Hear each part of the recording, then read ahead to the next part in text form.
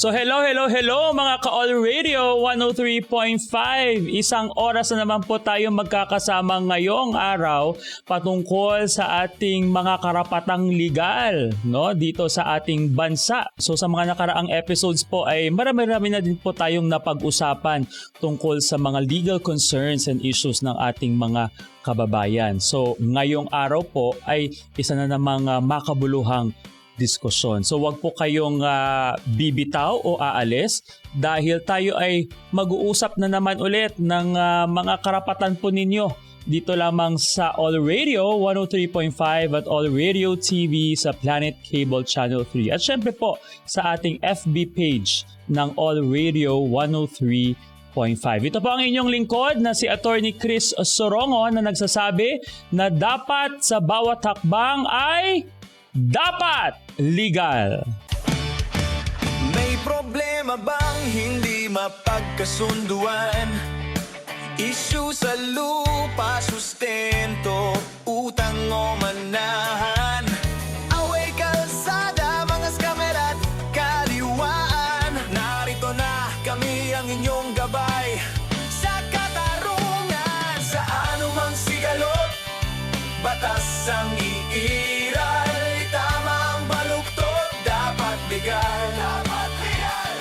Sa anumang sigalot, batas ang iiral. Tamang baluktot, dapat legal.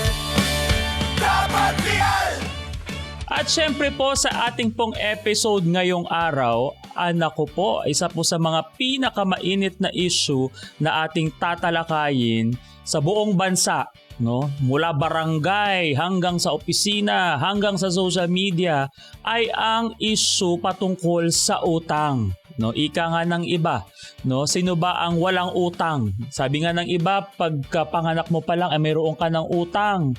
Pero kaya nga yan nga po isa sa talagang mainit na discussions. Minsan kasi pag may mga utang ay humahaba yung usapan at humahaba din yung diskusyon patungkol dito. May mga karapatan na nalalabag, may mga friendship na natatapos, ika nga ay friendship over, may mga higit sa lahat pamilya na nawawasak dahil sa usaping ito, no? Sa usaping utang. So yan po ang ating tatalakayin ngayong araw. Pero bago po iyan, patungkol din sa utang ay tayo po ay magbabasa muna ng mga katanungan ng ating mga followers sa Facebook. Dito sa ating Inbox serye.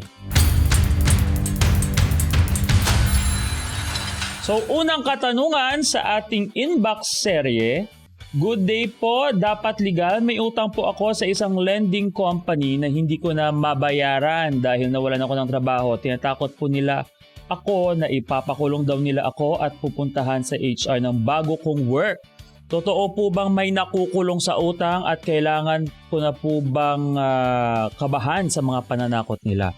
Well, number one, wala pong nakukulong sa utang. Klaro po yan sa ating konstitusyon, 1987 Philippine Constitution, na dapat po ay walang nakukulong po sa utang. Pangalawa po, kung dapat ka na ba kabahan sa kanilang pananakot dahil ikaw ay ipapakulong daw, ay dapat hindi po tayo makabahan sa ganong aspeto. Okay? So hindi naman po natin sinasabi na huwag nyo na pong bayaran ang iyong utang dahil syempre may mga kaukulang legal na aksyon din yon. Pwede ka pa din kasuhan na sibil, di ba?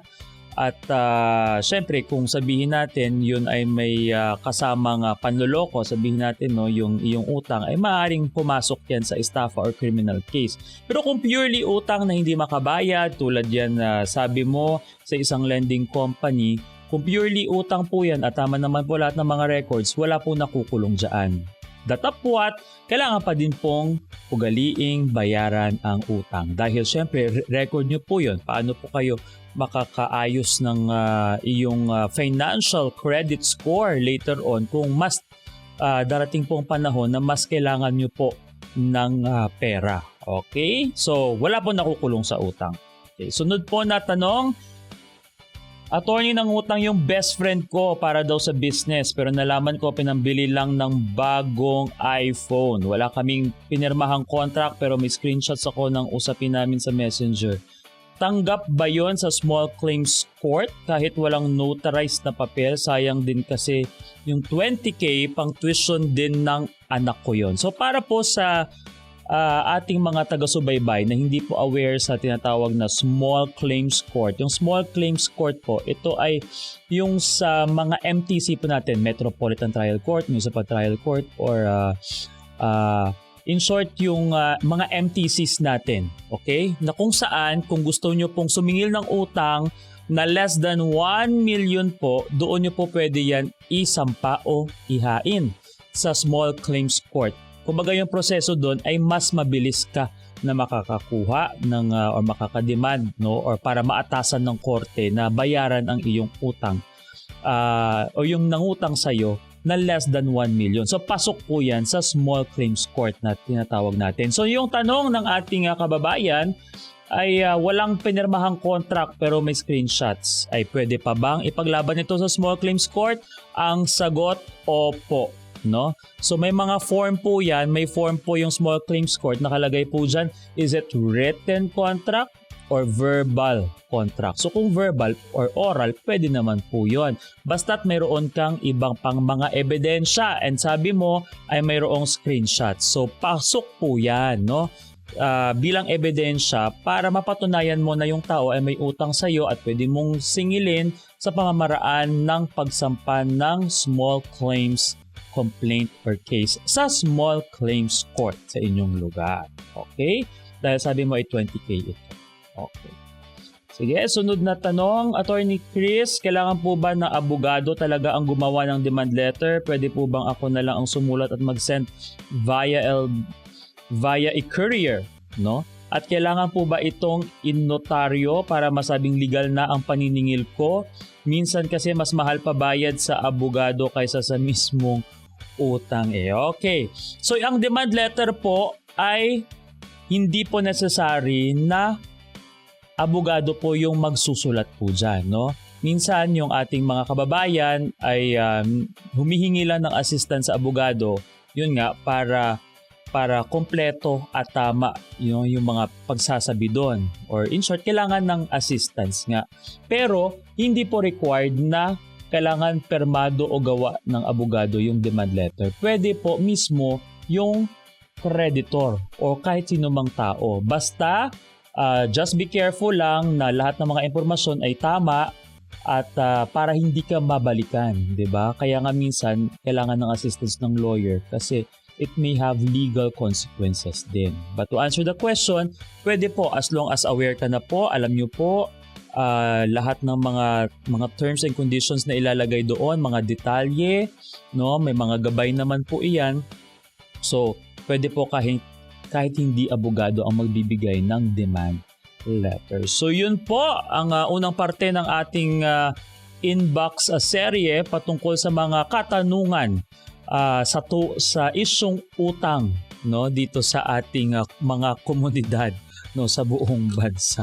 So sa ating po pagbabalik, tayo ay magtatanggap ng mga callers para makagbigay po ng gabay patungkol sa mga problemang utang. Sila ba ay nautangan o sila ba ay may utang at nagkaroon ng problema? Kung ano man yan, atin pong alamin sa ating mga callers dito lamang sa pagbabalik po sa All Radio 103.5 at All Radio TV sa Planet Cable Channel 3 sa inyo pong programa kung saan tayo ay nagbibigay ng kaalamang legal dito lamang sa Dapat Legal. Dapat legal. Dapat legal. Bago pumikit ang mundo, dito muna tayo. Kung saan ang chika nagiging kwento at ang kwento nagiging totoo. Kung saan ang biruan may tama at ang tama may aral. Do I have to be funny? That's me. That's you! The Pillow Talk, Sabado, alas 7 ng gabi, dito sa All Radio TV sa Planet Cable Channel 3. Every weekend, all out ang entertainment para sa buong pamilya sa ating Yes Weekend dito sa ABS-CBN sa All TV 2.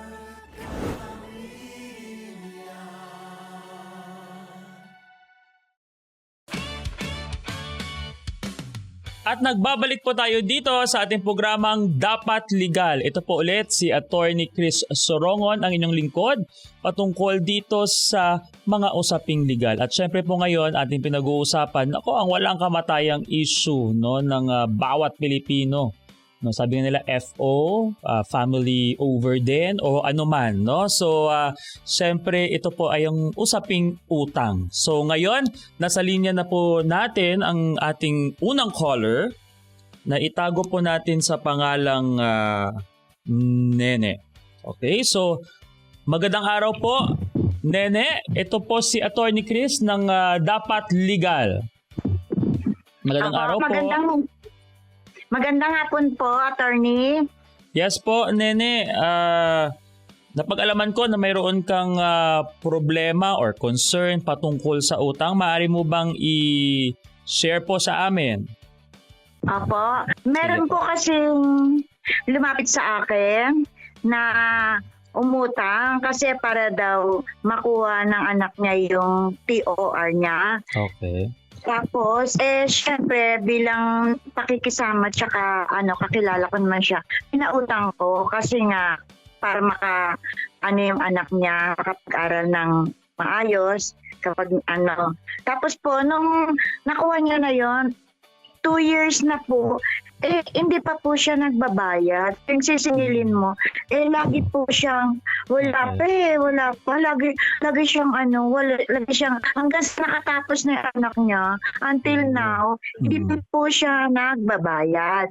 Attorney, ayun nga po ang gusto kong maano sa inyo kung paano ko po siya ma-obliga na magbayad sa akin. Sige po. Opo, kasi po siya need ko rin na maibalik. Kahit ibalik niya na lang, kaya kahit magulog na lang siya araw-araw o weekly, payag naman po ako. Sige Opo. po. Sino po, Nene, yung pinautang mo nito? Kaibigan mo ba or relative? Hindi ko na po. Kasi po, siya may tindahan siya, gulay-gulay. Tapos nag-STL din siya. Tapos asawa niya natitinda ng buko. Di sa isip ko po, kaya-kaya naman nilang ibalik yung kung hindi naman nila ibalik ng buko, kahit tulugulugan na lang. Sige kasi ang po. sa akin, matulungan ko lang si anak niya. Opo. At magkano po yung inutang po sa'yo, Nene? 10K po. 10,000. Okay. Opo. Okay. Tapos, mga kailan ito nangyari, Nanay Nene? Ay, 2 taon na po yun. 2 taon, 2 years ago. Okay. Opo, kaya nga. And may sobrang nabayad ba? kapal po May naman nabayad ba so far, Nanay? Out of the 10,000 sa loob ng 2 years? Bali nung Pasko po, eto last 25. 27 ba nga? Oo nga, 2025. 200. Tapos nung last 2020 per December, 200 din. Kasi nga po, itong December lang dahil titinda sila buko. Pero, di ba, ano ba yan? Sobrang late naman yung 400 pa lang nahulog niya. So 200 pesos, you mean? 200 pesos, Nanay, tama ba? Oo, 200 December 24. December 2024, December 2025, 200 din. Opo. Sabi Yun mo lang, kanina, kumbaga. sinisingil mo siya palagi. Paano mo siya sinisingil? May text message ba? Personal? Or Hindi. sulat? Hindi po. Kasi pagka, minsan nagkakaano kami sa palengke ba? Sabi ko, kumusta na? Yung ganun ba po? Kasi maliit lang naman itong lugar namin kaya, ayun, nagkakaanuhan kami, yun, ganon. Opo. So nag-graduate na po yung kanyang anak. Graduate na. Tapos po nakita ko nung nakaraan, buntis na. Oh. Tapos sabi ko, paano na yan? Paano na yung hiniram mo? Yung babae niyo nang may kailangan na pere. Paano na yan? Ay, si mama na lang ang bahala. Sabi ko, dapat pinagsikapan mo rin na tulungan mo yung nanay mo. Kasi sabi mo, 10 kayo magkakapatid, pangalawa ka sa panganay. Ang alam ko, bilang panganay, pangalawa ka sa tutulungan mo nanay mo kasi nga So may 10 siyang kausap kayo ng anak niya? Yung babaeng ha? Nagkausap pala kayo ng anak niya din na sabi na para sa tuition niya yon yung yung hiniram. na pera. Opo. Oh. Attorney, kasi may sakit din ako eh.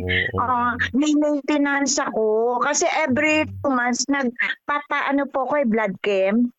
Oo, tama. Opo, kasi gusto ko rin umaba yung buhay ko. Tapos Correct. po, mahal din.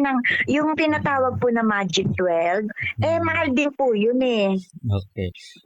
Sige po. Opo. Meron po kayong interest so far na pinag-usapan? Wala naman. Walang Wala interest. naman po. Okay. Ang sa akin lang, tinulungan kita, ibalik mo lang. Kung hindi man makayang tulugulugan mo. Kasi, di ba, huwag mo naman sirain yung tiwala. Kasi wala ka man lang na prenda sa akin.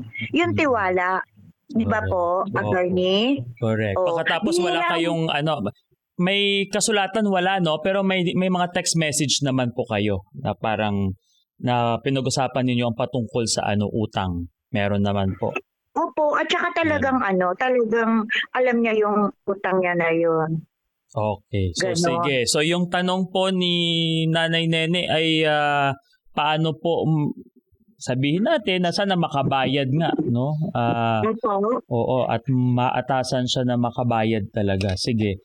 So Nanay Nene. Paano pong gagawin ko? Opo. Yes po. So, sabi niyo po wala kayong written contract or kasulatan, pero syempre may mga screenshots naman po kayo ng mga chat messages niyo na makapagsasabi and or makaprove na talagang meron kayong transaksyon sa utang ay sapat naman na po iyon, no? So far na para at least mapatunayan nga po na meron siyang utang at sana makabayad. So, yung pinaka number 1 talaga na maaaring gawin ay syempre sabi nyo magkaibigan naman po kayo, kilala mo naman po siya, 'di ba, through the years, and kilala mo din po yung kanyang anak, nakakausap mo naman din po, at parang I believe parang naging nanay ka na din po sa kanya, no? Opo, ayun nga po. Base sa story mo sa kanya kanina patungkol sa kanyang mga mga nangyayari sa kanyang buhay. So syempre ayaw naman po natin na i-burn yung bridge. So kung kaya pa po sa pinakaduluduluhan po natin na aksyon ay baka pwede pang makausap ng masinsinan na baka pwede nang bayaran yung natitirang 9,600 pesos. Yung masinsinan talaga. Okay. So that's number 1 po.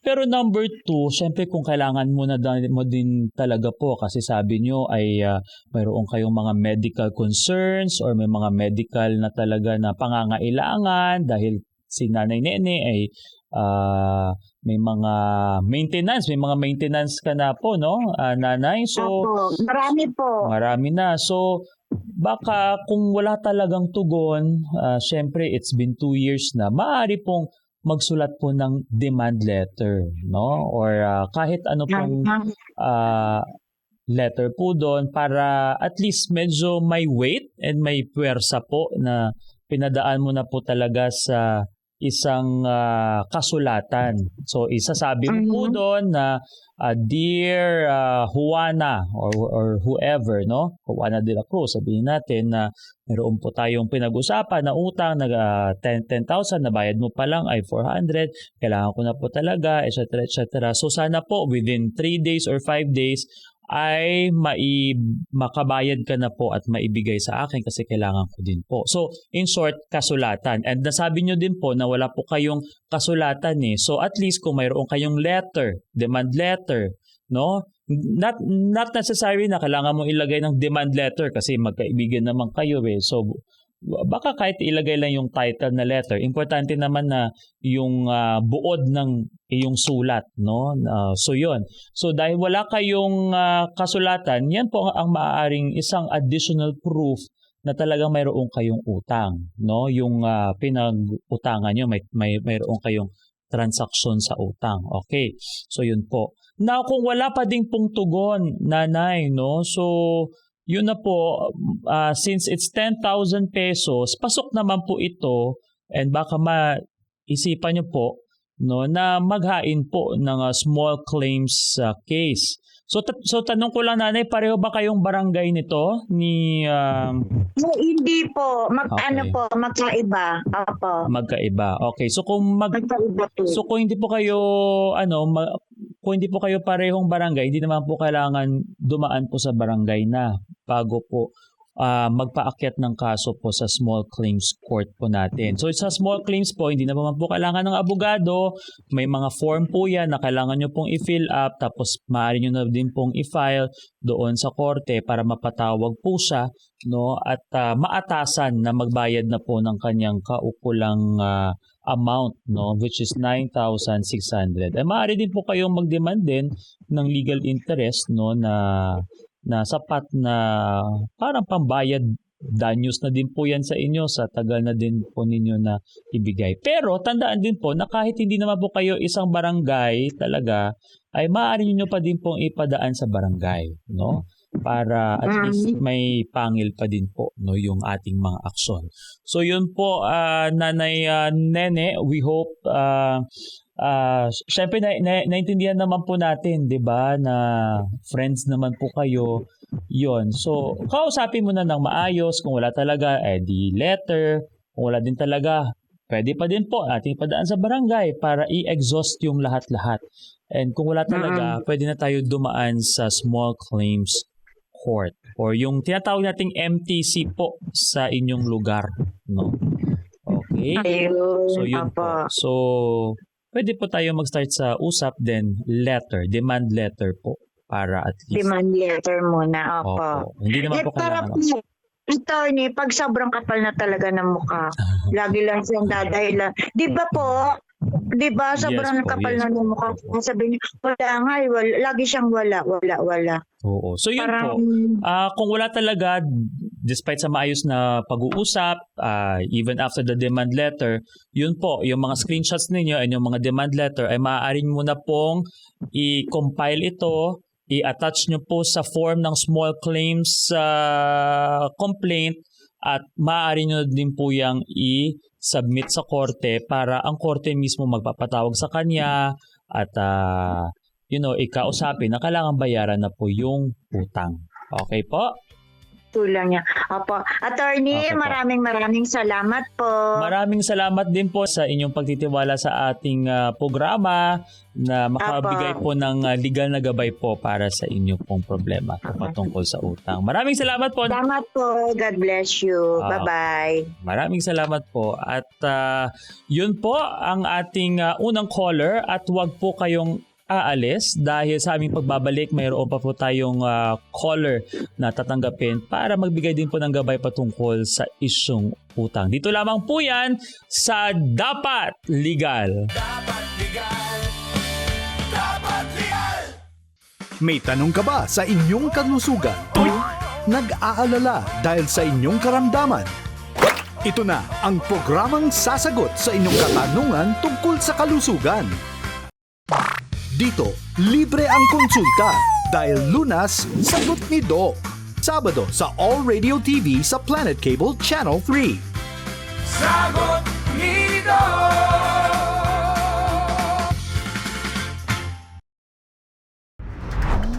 Lucky you! Nagbabalik ang swerte mo this year. Kapamilya, deal or no deal? Nagbabalik ang pambansang host, Luis Manzano. Buksan mo na ang briefcase at i-welcome ang panalo. Kasama ang 20 lucky stars na maglalaro sa all-new original episodes ng Pinaka-Lucky Season. Buksan mo na! Kapamilya, Deal or No Deal. Sabado at Linggo, abangan!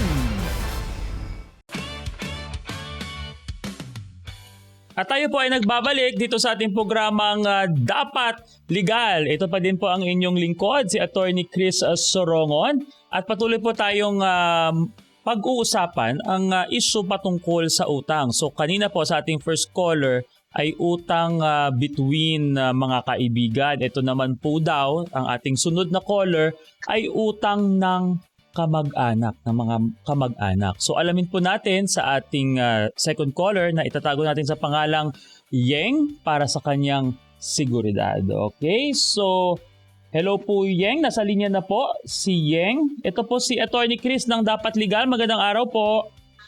Magandang araw po, attorney. Hello po, Yeng. So, Yes ikaw po ay mayroong problema patungkol sa napagbigyan mo ng utang. So, maaari mo bang ilahad po sa amin? Yes po. Kasi yung pamangkin ko is nangulit sa amin para magpasok ng pera sa kanya. Gagamitin daw niya sa business. Pero ang meron kaming kasulatan na utang yon. In return po is magbabayad siya ng una 5%, then naging 10% per week.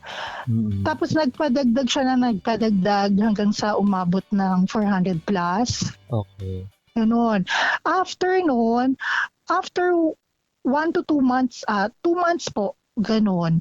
Ang dami na niyang excuses. Tapos ang sabi ko na lang is, sige, isoli mo na lang yung pera. Huwag mo nang bayaran yung mga remaining na interest para hindi tayo magkagulo. Hanggang ngayon, wala na po siya, hindi na siya nagpaparamdam. Tapos eventually, nalaman namin, meron kasi kumukontak sa amin na ibang tao na, na ang dami na pala namin, 60 na, tapos matagal na niya pong ginagawa. Same excuses din. Same din yung paraan kung paano siya mag-convince ng tao. Ganun po yung nangyari. Ngayon, parang kailangan po namin siguro, gusto namin mabawi yung pera namin kasi ang dami na po namin. Sige po. So, bali magkano na po yung, sabihin natin yung principal, yung pinakabuo. Wag na po natin pag-usapan yung interest kasi parang winave mo na, no? Okay. So Yes po, opo. yung parang yung naging total interest total principal magkano na po? 400,000 po. Mga 400,000 na. And kailan ito nabuo yung 400,000 na nabigay mo sa kanya? Like nung mga By nakaraang August po nung 2025. August 2025. And kailan po ninyo napag-usapan na kailangan maibalik na po? Nung August din po na after, kasi July lang po ito nag-start eh. Nung August po, umabot every week po kasi kahit nagbibigay siya is nangungulit siya na may kailangan, mga ganun. So, bilang napagkakatiwalaan naman namin siya. Opo. So, bali magkano na po yung nabayad po so far niya sa principal? So, wala pa siyang nababayad sa principal. Wala pa talaga. Yung interest, yung interest lang po na kada linggo para po magdagdag din kami na magdagdag. Sige Ganun po yung nangyayari. Pero so far okay naman na siya. I mean, sa last na usap, yung principal na babayaran niya ay okay naman na siya doon. Okay. Umokay po siya doon. It's just that hanggang ngayon, ilang buwan na, no? Wala lang Actually, siyang tugon. hindi na po siya makontak. Hindi na makontak. Nagpadala na ako ng demand letter. Tapos, wala na po siya dun sa bahay niya. Parang nagtatago na daw po. Kasi sa lugar nila is meron na din mga nagsusumon sa kanya, parang ganun. Okay. So mga 60 persons, maaari bang malaman kung para saan daw po yung utang na ito? Ang sabi niya po is pinapautang niya din sa iba. Yun po yung inaano niya sa amin na yun, parang ganun po. So meron kayong kasulatan at nakalagay ba doon sa kasulatan yung purpose ng utang or talagang purely utang yung nakalagay doon sa kasulatan? Actually, attorney, purely utang po yung nakalagay. Plus interest po ang nakalagay doon sa binigay niya sa akin kasulatan. Okay. Wala namang promise, no, na yung 400,000 mo ay lalago ng ganito. Wala naman pong ganon. Sa kasulatan po namin, meron po na interest. Sa interest. Pero hindi naman parang investment yung dating po sa'yo. Hindi po utang po siya. Okay, sige. So, utang ng pamangkin na umabot ng 400,000 at ngayon ay nagtatago na. Tama ba? Attorney, mabanggit ko lang. Sige sa po. pamilya po namin, kagaya sa sister ko, 1.5. Tapos iba pa po sa mga pinsan kong iba. So may mga malalaki pa. Okay. Opo. Sa mga kapamilya din. Opo. Sige po. So, ito po yung dapat po gawin sa mga ganyang sitwasyon po, no?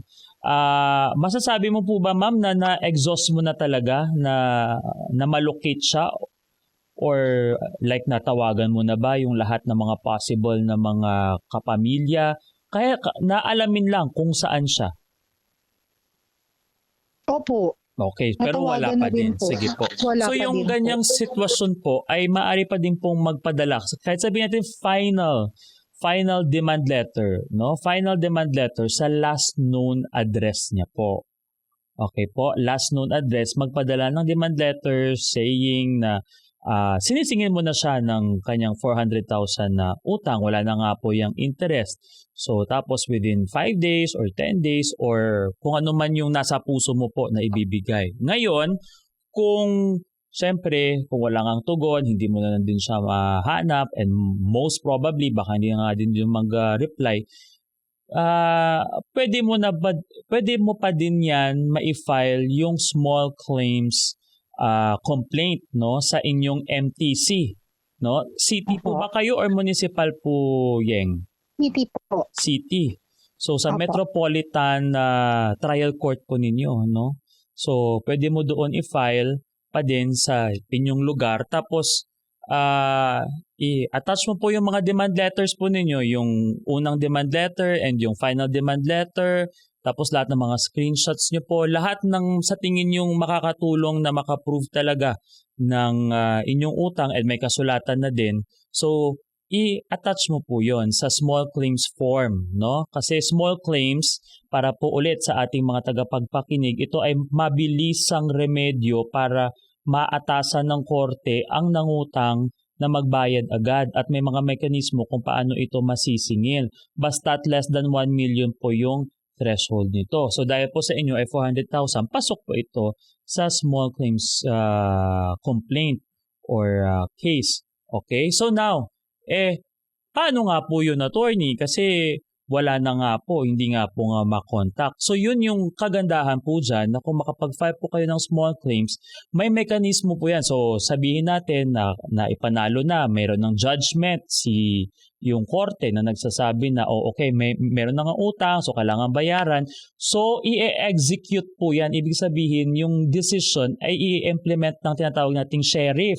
No, kung familiar po kayo yan. So yung sheriff po ay may mekanismo po yan na para hanapin po yung mga properties, hanapin din yung mga bank accounts na para sabihin natin, of course, after all the legal processes na walang ma-violate, para mahatak po yung properties, para masatisfy po ang iyong claims, which is amounting to 400,000 plus sabihin natin the legal interest. So, yan po talaga ang karaniwan, no, and the best remedy so far based of course in practice, no, na legal para idaan po sa korte and sa small claims case. So wala pong kailangan ng abogado sa isang small claims na complaint, no. Ito ay again isang mabilisang remedyo or process para makasingil po and makuha po yung mga monetary claims po tulad nito na may kasulatan at mayroong utang po and less than 1 million and in this case 400,000 po. So yun po. Okay po. Okay po tayo dyan, Sige po. Yeng?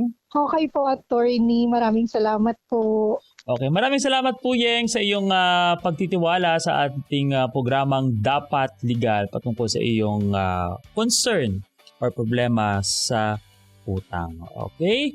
So, yun po ang ating second caller na si Yeng at sana po sa ating ding mga taga-subaybay ay may natutunan din po kayo ulit, no, patungkol sa kung paano sumingil ng utang, lalo na po kung ito ay nagtatago. Okay? So, wag po kayo ulit aalis dahil sa ating pagbabalik ay meron pa po tayong caller at may mga marami-rami pang pag-uusapan patungkol sa isyong utang. Dito lamang po sa ating programa na Dapat Legal. Dapat legal.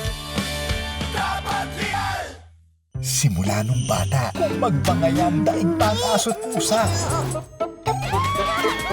Yabang talaga. Mabagal ka naman kumain eh. As if mabilis kang kumilos. Ang sakit ah. Bilisan mo na! At sa kanilang muling pagkikita, Miss Yun, siya ang bago nating chairman. Nice to meet you, Teacher Yun Ji-won. We only need the two of us together. 'Cause we got love. higil at galit sa isa't isa ang naaalala. Yung Jiwon! Hoy! Ito ang love-hate relationship na siguradong pakikiligin ka. Aray! Lolo, gutom na ako. we got Sundin mo ang nasa puso mo. Matagal mo rin kasing pinigilan yan eh. Abangan ang Korea Sweetheart Jung Yuni at ang pagbabalik ni Ju Ji-hoon ng Princess Hours. Love Your Enemy ngayong Lunes na 9:30 p.m. At nagbabalik po tayo ngayong araw dito sa ating programang Dapat Legal. Ito po ulit ang inyong lingkod, si Attorney Chris Sorongon, kung saan tayo ay nagbibigay gabay sa ating mga kababayan patungkol sa problemang legal. So ngayon po, isa po sa ating callers ngayon ay nasa linya na. So kanina atin napag-usapan ang utang, no, between mga kaibigan at sa pangalawang caller, utang ng relatives, no, o ng kamag-anak na hindi na mahanap, no. So ngayon, atin pong alamin naman ang istorya na mayroon ding concern, ang problema patungkol sa utang. So nasa linya na po natin si John. Hello po John, magandang araw po sa iyo. Welcome po sa Dapat Legal. Hello po, magandang umaga po. Yes, hello, magandang umaga dyan. So, maaari mo bang i-share sa amin ang iyong concern, no, o katanungan o problema patungkol sa utang? Meron po kasi akong kaibigan po na umutang po sa akin ng halagang 15,000 po. Okay. Pero matagal na po siyang hindi nagbabayad kahit ilang beses ko na po siyang sinisingil. Baka po matulungan niyo po ako kung ano pong pwede kong gawin sa ganitong sitwasyon, or may legal po bang hakbang na pwedeng gawin para mabawi ko po yung pera. Okay, so ito ay pinautang mo na 15,000 pesos sa iyong kaibigan, tama ba? Yes po. Kailan po ninyo napag-usapan na kailangan niyang bayaran yung 15,000 pesos? Actually, kahapon po. So ano daw yung sabi niya? Anong sabi niya sa last niya na usap sa iyo na 15,000 na kailangan niya ng bayaran? Anong sabi niya sa iyo? Sabi niya po, sa susunod na lang daw po. Pagkatapos pero noong mga panahon na yon, bakit mo siya pinahiram? Matalik ba kayong magkaibigan or Ano po, matalik naman po kami magkaibigan and trusted ko naman po siya. Kaso nga lang po, dahil po dito sa utang, parang medyo naging ano na po. Nagkakaproblema na. Pagkatapos, para saan niya daw igagamitin yung 15,000 na hiniram niya sa'yo? Emergency daw po sabi niya. Dahil daw po may na-hospital daw po sa kanyang pamilya. Okay. So far, wala naman kayong napag-usapan or meron ba na interest sa 15,000 na ito? Wala naman po. Basta lang po mabayaran niyo po. Okay. Pagkatapos, walang kasulatan, I assume. May kasulatan ba kayo? Wala po. Wala din. Wala po. Sige, pero may mga chat messages ka ba or text messages na nagsasabi na parang patungkol sa kanyang utang? Yes po, meron po. Meron. So, nag-message ba sa sayo para umutang o hindi, or personal kayo nag-usap patungkol sa paghihiram niya ng 15,000? Nag-chat naman po siya sa akin. So, meron chat. Oo. And paano mo binigay sa kanya yung 15,000? Through cash transfer ba online or cash din na personal? Cash transfer po actually. So parang through online banking app, parang ganon. Yes. Okay. E-wallet po. Okay.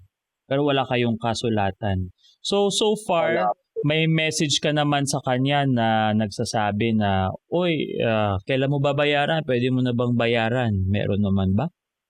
Meron din po. Okay. Saan po kayo nakatira? Parehong barangay ba o hindi? Medyo malayo po, magkaibang barangay po. Okay, so magkaibang barangay. Sige. So and yung 15,000 na to, yung pinag-usapan nyo, dapat mabayaran niya kailan? After 1 month. Parang ganun. Ganun yung Ayun po yung pinag-usapan. sabi niya nung una. Pero Siya din hindi ko nagsabi. pa naman po kasi kailangan ng pera noon. Pero ngayon po, kailangan ko na, kaya po, siningil ko po siya. Sige po. So, sabi mo kailangan mo ng pera. Saan mo sana ipagagamitin ito, yung 15,000 nyo po? Pang ano din po sana sa bahay, pang tulong po dahil na short po ngayong buwan po, ganun po. Sige, may mga ano ka na ba, anak? Or breadwinner ka ba sa iyong pamilya? Breadwinner po sa family ko. Ano yung last na sabi mo, nakausap mo kahapon, may sinabi ba talaga bakit hindi daw makabayad? Or ano yung dahilan niya talaga? Ang dinadahilan niya lang daw po ay wala din daw po siya pang pera dahil nga po siguro kakalabas lang din po nung family niya po sa ospital kaya wala pa po atang pera. Ayun po yung assume ko lang po. Ganun yung sabi niya. Oh, and so far, anong reply mo? Okay na lang din po kasi wala po ako magagawa.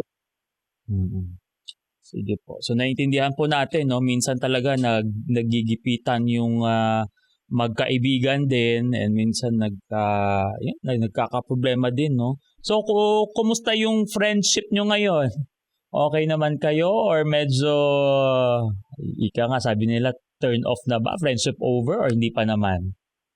Hindi pa naman po friendship over. Okay. Pero medyo may coldness na lang po. Ganun. Medyo may coldness na. Nako, sana nga po magkaayos kayo, no? Dahil mahirap na ang magkaibigan matalik ay nagkakaproblema talaga patungkol sa utang. No? Anyway, dahil yung concern po ng ating kababayan po dito na si John ay sana makabayad na po ng 15,000 na kanyang pinahiram sa kanyang kaibigan at dahil ito ay nangangailangan na din, no? At tila ba parang nagbibigay ng dahilan ang kanyang kaibigan na para hindi makabayad, no? Or ano man. But be that as it may, ang ating kababayan na si John ay syempre ay nangangailangan din. Sabi nga niya ay siya ay breadwinner. So syempre saludo din po tayo sa lahat ng mga breadwinner. So ganito po,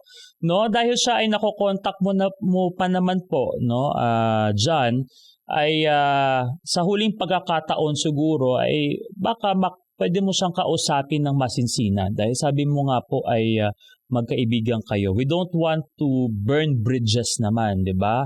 I'm sure ganun din naman sa iyo na talagang ititigil na talaga yung inyong komunikasyon para sa na dahil lamang sa utang, no, kumbaga pera ang usapan. So baka sa huling pagkakataon baka pwedeng makausap na masinsinan.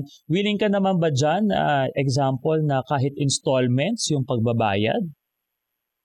Yes po, willing.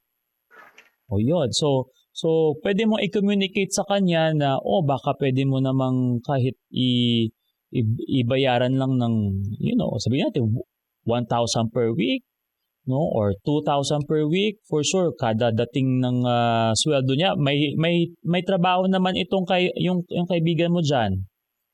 Yes po, meron naman po. Ayun. So, kahit mag-alat lang ng portion na pinakakaya niya, no? Para at least may balik din at pang-mobilization mo din sa pang-araw-araw mo ang iyong matatanggap sa kanya kada week or kada buwan din, no? So, yun, baka pwede mo pang makausap ng masinsinan talaga at ma-communicate sa kanya ang iyong willingness na makapagbigay ng installments. Ngayon, kung wala talaga at dahil wala din kayong kasulatan ay at talagang kailangan mo, maaari pong magpadala po ng demand letter, ika nga, no? Doon nakalagay yung kanyang pangalan, yung address na alam mo, na kung saan siya nakatira, no? Tapos ilagay yung kanyang halaga ng utang at ilagay ang iyong number of days na sana pwede niya nang bayaran ito kasi kailangan mo na nga, no? So, yun po. So kung wala pa ding tugon, no, sa malungkot na pagkakataon, kung wala pa talagang tugon, ay maaari pong mag-file or mag-submit ng small claims complaint sa small claims court. So nasa city ka ba or sa municipality dyan? Saan ka nakatira? Nasa city po. City, so Metropolitan Trial Court yan o MTC. Kung municipality naman para sa ating tagapakinig no or taga-subaybay ay Municipal Trial Court naman yan. So maraming mga forms of mga MTCs. Pero MTC, so pag less than 1 million po, yan po ay pasok sa small claims. So yung small claims po, yan po ay isang pabilisang remedyo para maatasan po ng korte ang debtor o yung may utang na magbayad na po ng kanyang utang. Okay? So kung wala pong tugon pa din, hindi nag-attend halimbawa or walang commitment, ay yun. Pwede nang i-execute kung mayroon ng desisyon ang isang hukuman at ito ay i-implement no, ng sheriff. So hanapin yung kanyang mga properties or sabihin natin, of course, after all the legal procedures, at maghatak no ng pera sa bangko niya para masatisfy ang iyong 15,000. Pero yun nga sana ay hindi na kayo abot doon dahil kayo ay magkaibigan naman at since willing ka naman sa installments ay sana ay mapakinggan at mapagbigyan ka din niya sa pagkakataong ito na makapagbigay siya no ng kahit installments o installments para masatisfy o matapos na ang kanyang utang din sa iyo. Pero kung wala talagang tugon, demand letter po tayo at maaari na pong mag-file po sa small claims case, sa small claims court o sa MTC po sa inyong lugar para maatasan ng korte siya na magbayad. Okay? So, klaro po ba tayo doon, John? Yes po, klarong-klaro po. Okay. So, sana po ay ang programa po namin Dapat Legal ay nakapagbigay po sa iyo ng kaalaman no, or awareness as to paano nga po sumingil sa ganitong paraan. No? Siyempre, kung wala talagang, kung hindi maidaan sa tamang usapan, no, sa masinsinang usapan, ay doon na po papasok ang mga hakbang na dapat legal. Okay po tayo doon, John? Yes po. Thank you Okay, po. maraming salamat. Maraming salamat po at sa ating caller na si John. So, wag po kayong aalis at mayroon pa po tayong mga inbox questions na ating babasahin at sasagutin dito lamang sa pagbabalik ng inyong programang Dapat Legal. Dapat legal. Dapat legal. The ASAP Concert Experience, closer to you than ever on its new time slot. ASAP XP on prime time, Sundays, 5:30 p.m. First stop, watch the sold-out ASAP XP concert at the Araneta Coliseum. Mapapanood na simula May 17. ASAP XP, tuwing linggo ng gabi sa TV. Sa bago nitong oras, 5:30 p.m. May tanong ka ba sa inyong kalusugan? Nag-aalala dahil sa inyong karamdaman? Ito na ang programang sasagot sa inyong katanungan tungkol sa kalusugan. Dito, libre ang konsulta dahil Lunas, sagot ni Doc. Sabado sa All Radio TV sa Planet Cable Channel 3. Sagot ni Doc.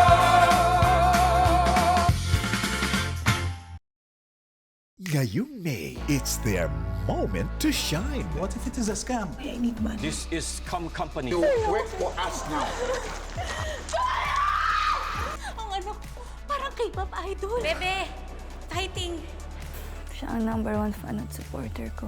Ba't di ka kaya sumali sa tracking field? Puro silver lang naman nakukuha niya. Naman kasi, hindi ka pa alam. Naniniwala kami sa'yo. Bata naman nila nagkaroon ng anak. Gusto ko makagraduate, makahanap ng magandang trabaho. Hindi ko ba pwedeng gawin nun kasabay ng pagiging the best na nanay sa anak ko? Salamat na pumayag ka gawin to. Wala nang mas hihirap pa sa isang ina ang magluwal ng sanggol. Katapos ipamimigay niya lang sa iba. Pictures ko to Bakit di ba yung pangalan? Sorry, anak. Sinabihan kita di ba, ma? Pero ayaw mo makinig! Kung may kailangan kayo, magsabi kayo kaagad sa akin, ha? Salamat, anak. Bakit ako yung nabulag? Alam ko, aahon ka dyan. Kasi malakas ka. Hindi lang naman ako nagkasakit. Hindi mo na sana kailangan umalis. May kachat din akong Amerikano. Tayong mga nandito, naghahanap din tayo ng magpapasaya sa atin. I've fallen in love with you. Do you love me too? Baka na ba maging Mrs. 40? Oo, Eddie. Mahihirapan ka dyan sa kiyanan mo. Nangingialam ka? MMK Hugot from the Vault. Sabado at Linggo, 9:45 p.m. At nagbabalik po tayo dito sa ating programang Dapat Legal. So tapos na po tayo sa ating tatlong callers at nakapagbigay po tayo ng gabay patungkol sa kanilang problema sa utang. No? Utang sa pagitan ng magkaibigan at utang sa pagitan ng ng kamag-anak, no? At syempre at minsan sabi nga ng ating last caller ay parang tila nagiging cold na nga daw siya. Nako, basta utang talaga yan ay isang malaking problema na ating kinakaharap. Dahil dyan, mayroon po tayong mga last na questions na ating babasahin at sasagutin dito ulit sa ating inbox serye. Attorney, nangutang ako ng 10,000 pesos pero ang interest po ay 20% kada buwan. Ngayon po yung 10,000 ko naging 30,000 na dahil sa penalty at interest. Legal po ba yung ganong kataas na interest? Parang hindi na po ako makakaahon nito. Ano po ang laban ko sa ganitong klaseng usapan? So direktang sagot po, bawal po ang ganon kataas na interest, lalo na po yung 20% kada buwan, no? Dahil alinsunod sa mga Supreme Court cases na mga napagdesisyon na ng Korte Suprema, 6%, generally 6% per annum lang po ang legal na interest na pwedeng ipataw o impose sa utang, no, or financial obligation. So 6% po per annum versus 20% per buwan, napakalayo po. So bawal po yan. So, ano po yung pwedeng gawin? May tinatawag tayong reformation, di ba? Or correction of interest. So, sabihin natin, no? Siya talaga ay tuloy-tuloy ang paniningil at nag-file sa iyo ng complaint, no? Ay pwede mong erase yan, no? Bilang depensa na sobra-sobra ang interest. Now, kung gusto mo na siyang bayaran talaga, ikaw naman yung pwedeng dumulog sa korte at sabihin na, baka pwedeng pabawasan at itama to ang interest niya na instead of 20% per month ay gawing 6% per annum po tayo, no? So, yun, hindi po legal, no? At sobra-sobra po ang 20% kada buwan. So, dapat po itama po iyan at may karapatan ka laban sa ganyang kataas na interest. Okay? Okay, so last and third question po ay sabi niyo po bawal ang abogado sa small claims. Pero paano po kung yung kabilang panig, yung nangutang, ay sobrang galing mag-English at magpaliwanag habang ako po ay mabilis mabulol? May court assistant po ba na tutulong sa akin para hindi ako maligaw sa process o sadyang ebidensya lang talaga ang basihan ni judge? Okay. Tama po, bawal po talaga yung lawyer sa small claims na complaint, no? Kasi yung small claims nga ay isang mabilisang remedyo ng korte para mabayaran po, no, yung mga utang na less than 1 million sa lalong madaling panahon at para hindi na nga po mahirap or costly. Now, yung concern mo po ay siguro yung pinabigyan mo ng utang ay magaling mag-English o mag-communicate at baka mahirapan ka mag-defense. Well, hindi naman po laban ito ng galing, no, ng English or whatever. Ito ay laban tungkol sa iyong claims sa utang pero kailangan mayroon kang supporting documents, no? So kung mayroon kang supporting documents ay i-attach mo lang ito sa form ng small claims, no, na form. Mayroon po 'yan sa ating mga korte, no? At sa tanong mo kung mayroong court assistant, nako po, base po sa ating karanasan, willing po 'yan mag-assist yung mga court staff diyan. May mga in charge po sila diyan para mag-assist kung paano po sabihin i-fill up. And syempre si judge ay andun din para tumulong to both parties para maayos nga po yung problema. Alinsunod din po sa iyong mga ebidensya or mga supporting documents. Okay? So, again, sa small claims case, sa small claims court or sa MTC, kahit wala kang abogado, kayang-kaya po yan basta mayroon kang mga supporting documents such as kasulatan, kulang kasulatan, screenshot, or kung mayroon kang witness, no? Pwede mo silang ipa-execute ng mga affidavits. Okay?